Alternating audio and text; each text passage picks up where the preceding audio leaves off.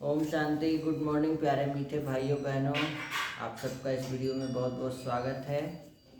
और कल की मुरली के दो शब्द क्या थे? पूज्य और पुजारी। वैसे ही दो दो शब्दों का ही जो बहुत सारी चीज़ें थी, पत्थरनाथ, पारसनाथ, पतित, पावन, कौड़ी, हीरा, काला, गोरा, पाप, पुण्य। तो हमने अंधकार, प्रकाश, ये दो चीज़ भी थी।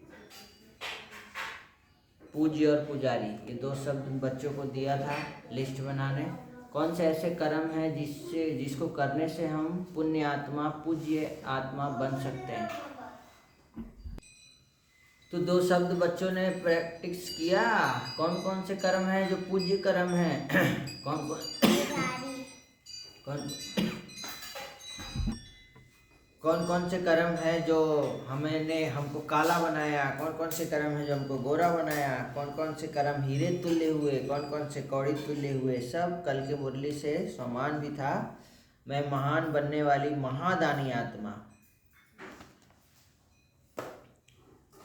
बाबा ने कहा था जैसे बाप गाइड है, वैसे गाइड बन करके हमको क्या करना है? घर का रास्ता सबको बताना, अंधों की लाठी बननी है। और आज की मुरली में बाबा ने क्या कहा है? मीठे बच्चे, अपने स्वधर्म को भूलना ही सबसे बड़ी भूल है। अभी तुम्हें अभूल बनना है, अपने घर और राज्य को याद करना है। अपने स्वधर्म को भूल जाते हैं। क्या है हमारा स्वधर्म? क्या है? हम लोग कौन सी आत्मा है? कौन सी आत्मा हम लोग? स्वधर्म हमारा है। इधर आके जिंदगी बोलो, इधर आओ। शांति, सुख, शांति, ज्ञान, पवित्रता, प्रेम, सुख, शांति, आनंद और शक्ति। भगवान हमारा अनादि अविनाशी स्वमान क्या है? स्वधर्म। उसको भूलना नहीं है। हम शांत स्वरूप आत्मा परम धाम में क्या थे? शांति थे ना। यहाँ कितने दिन तक शांत रहे? फिर द्वापर युग से शांति क्या होती गई? भंग होती गई, बैटरी डिस्चार्ज होता गया। अपने स्वधर्म को भूल गए लोग। स्वधर्म को भूले तो भगवान को भूल गए। तो हमको अभूल बनना है। हमको अपने स्वधर्म को कभी नहीं भूलना है। जैसे पानी को आप पूरा गर्म कर दीजिए, खौला दीजिए, उसके बाद पानी को रख दीजिए कुछ देर तक, तो क्या होगा? पानी ठंडा हो जाएगा, अपने स्वधर्म में आ जाएगा वो। तो हमारा भी स्वधर्म क्या है? शांति है। हमको भूलना नहीं है। हमको हमेशा अपने स्वधर्म को याद रखना है। स्मृति ही क्या करती है? स्मृति से ही हमारा स्वमान जागृत होता है। और स्मृति ही हमें, जैसी स्मृति वैसी वृत्ति। जैसे अगर हम सोचेंगे वैसा बन जाएंगे। तो हमको क्या करना चाहिए? हमेशा अच्छा सोचना चाहिए, अच्छा बनना चाहिए। बाबा ने पूछा है, आप बच्चों को कौन सी अवस्था ही समय के समीपता की निशानी है? आप बच्चे सब याद की यात्रा में सदा मस्त रहेंगे। बुद्धि का भटकना बंद हो जाएगा, वाणी में याद का जौहर आ जाएगा, अपार खुशी में रहेंगे। घड़ी घड़ी अपनी सतयुगी दुनिया के नज़ारे सामने आते रहेंगे। तो समझो समय समीप है। विनाश में टाइम नहीं लगता, इसके लिए याद का चार्ट बढ़ाना है। सदा इसी नशे में रहना है कि हम अभी ये पढ़ाई पूरी कर मनुष्य से क्या बनते हैं? देवता। तो विश्व के मालिक बनेंगे, जहाँ पवित्रता, सुख, शांति ये सब कुछ होता है। और उसे एक सबसे बड़ी बात है कि कोई छीन भी नहीं सकता है। बाकी स्थूल धन तो चोरी डकैती हो जाती है, होती है ना। इस पार से उस पार जाने के लिए याद की यात्रा में अच्छा तैराक बनना है। कहते हैं ना, नैया मेरी पार करो प्रभु। तो इस पार से उस पार जाने के लिए भगवान हमको कौन से नाव में बिठाते हैं? ज्ञान के नाम। अस्त्र के नाम में बैठाएंगे तो इधर पटल। और चेक करना है कि नाव में छेद तो नहीं हो रहा है। नाव में छेद कौन करता है? माया। अपनी जांच करनी है कि हमको याद के चार्ट को यथार्थ समझना है। पुरुषार्थ और प्रारब्ध के हिसाब को जानकर तीव्र गति से आगे बढ़ने वाले नॉलेजफुल भव। हमको नॉलेजफुल बनना है, बाबा का बच्चा बनना। आलस और अलबेलापन नहीं करना है। बाबा की दिनचर्या मतलब बाबा की दिनचर्या। हमको रोज आध्यात्मिक ज्ञान और योग सीखना है। तो हमको माया के गुटके नहीं खाने हैं और प्रकृति का दास बनने वाले ही उदास होते हैं। इसीलिए बाबा कहते हैं प्रकृति जीत बनो, दासी नहीं बनो। दास प्रकृति का दास बनेंगे तो उदासी रहेंगे दिन भर।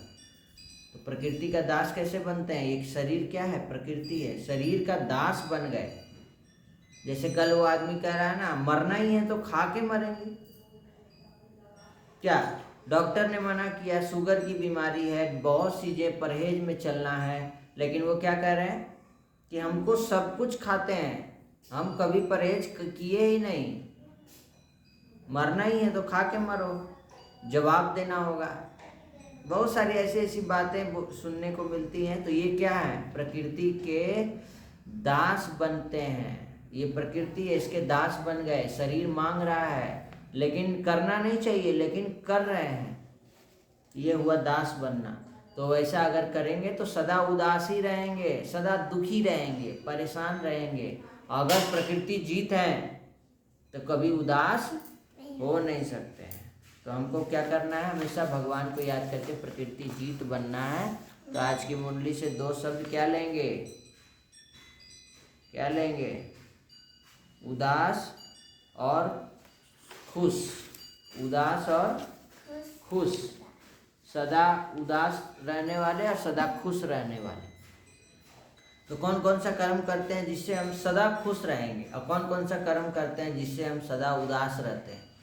तो चेक करो प्रकृति का कौन कौन सा ऐसा कर्म है जिससे हम लोग उदास रहते हैं, करने के बाद प्रकृति का दास बन जाते हैं। तो आज की रोचक कहानी आज हम लोग सुनेंगे। कहानी कल बहुत सुंदर कहानी थी।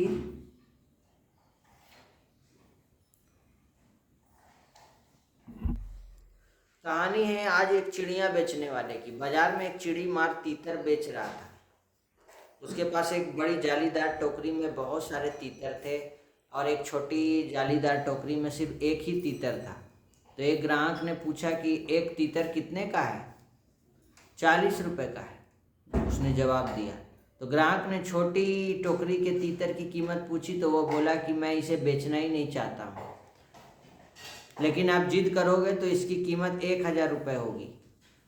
तो ग्राहक ने आश्चर्य से पूछा कि इसकी कीमत इतनी ज़्यादा क्यों है? तो दरअसल यह मेरा अपना पालतू तीतर है ना, और यह दूसरे तीतरों को जाल में फंसाने का काम करता है।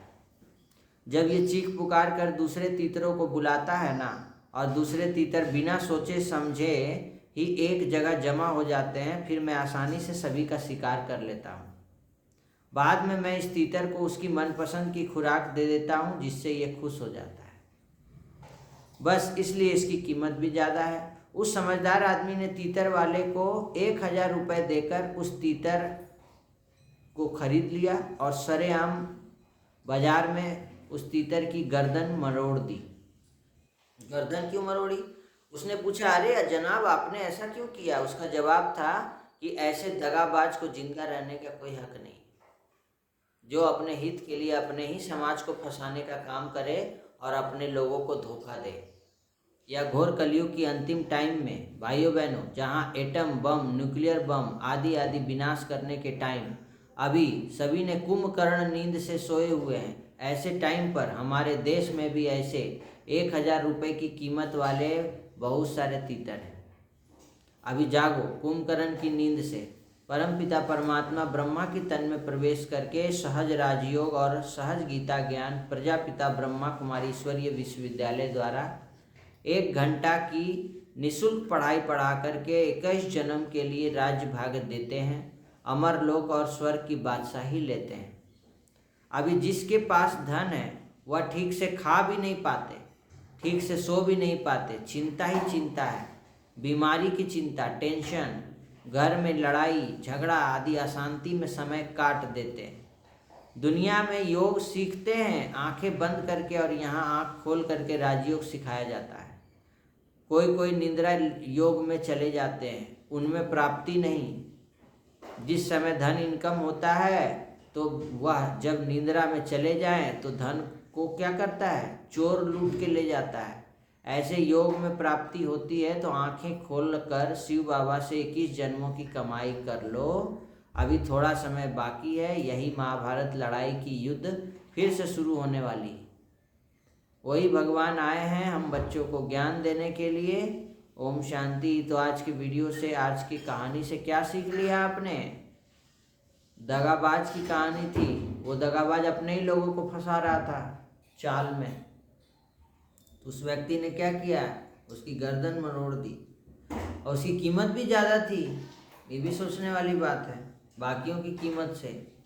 तो इस कहानी से हमें यही सीख मिला है कि अभी हमको क्या करना है, अब समय के महत्व को जानना है और जल्दी से अपने प्रजापिता ब्रह्मा कुमारीश्वरी विश्वविद्यालय में जाकर राजयोग मेडिटेशन का कोर्स करके अपने आप को उच्च बनाना है, पूज्य बनाना है। नर से श्री नारायण बनना है, नारी से श्री लक्ष्मी, भगवान के गुणों को अपने अंदर समाना। ठीक है, कैसा लगा आपको ये कहानी कमेंट करके बताएंगे। धन्यवाद। आज के वीडियो में इतना ही। अभी लोग का स्कूल जाने का समय हो रहा है। आज ट्यूसडे है, चलते हैं स्कूल। तब तक आप लोग लिस्ट पे काम करेंगे। आज की वीडियो से जो 2 शब्द लिया है हमने, उस लिस्ट पे अच्छे तरीके से काम कीजिए, लिस्ट बनाइए। ओम शांति। धन्यवाद। सबका कल्याण हो, भला हो, शांत रहें, सुखी रहें, निरोगी रहें, नशा मुक्त रहें।